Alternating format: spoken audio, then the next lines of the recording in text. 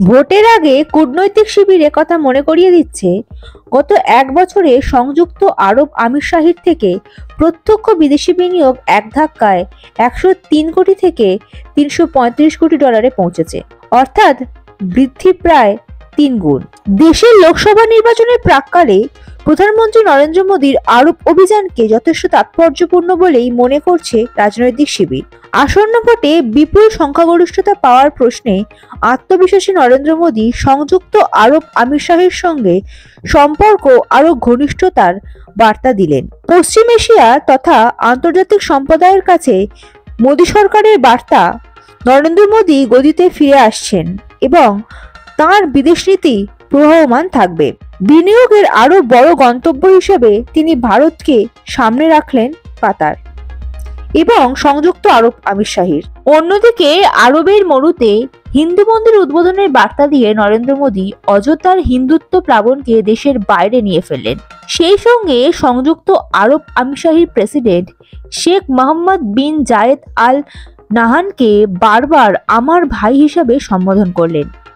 রাজনৈতিক বিশেষজ্ঞরা একথাও মনে করিয়ে দিতে চাইছেন, শিয়া মুসলিমদের মন জয় গত কয়েক মাস ধরেই ধারাবাহিকভাবে সক্রিয় নরেন্দ্র মোদী এই আল নাহানকে গুজরাটে নিয়ে গিয়ে রোড শো করিয়েছিলেন কয়েক সপ্তাহ আগেই। গুজরাটের মুসলিমদের আশাতীত সাড়া তিনি পেয়েছিলেন তখন আহমেদাবাদের রাজপথের ধারে, তা অভিভূতপূর্ব।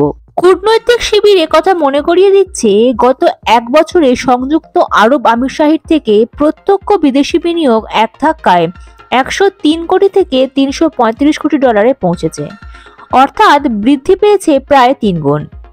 একথাও মনে করিয়ে দেওয়া হচ্ছে, নরেন্দ্র মোদী সরকার চাইছে আবুধাবির সঙ্গে সম্পর্ক গভীর করে দ্বিপাক্ষিক স্তরকে কাজে লাগিয়ে বহুস্তরীয় সহযোগিতার মঞ্চটিতে পৌঁছাতে, যা এবারে সফরে স্পষ্ট হয়েছে।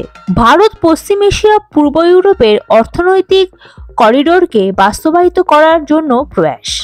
ব্রিক্স গোষ্ঠীকে সম্প্রসারিত করে পশ্চিম এশিয়ার কিছু দেশকে সংযুক্ত করার মতন উদ্যোগগুলিতেও তা প্রমাণিত।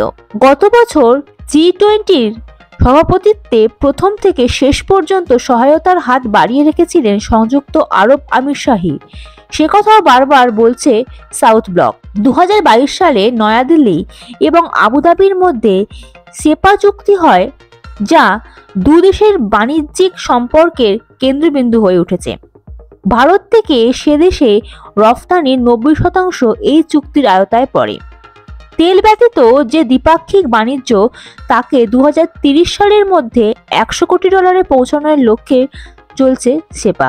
2021-22 তুলনায় 2022-23 দ্বিপাক্ষিক বাণিজ্য বেড়েছে 16%, যা ঐতিহাসিক হিসেবে বর্ণনা করেছে South Block. Bureau report, ND Bangla News. সবার আগে সব খবর, সঠিক খবর পেতে ফেসবুক পেজটি ফলো করে এবং ইউটিউব চ্যানেলটি সাবস্ক্রাইব করে রাখুন আর শেয়ার করতে ভুলবেন না।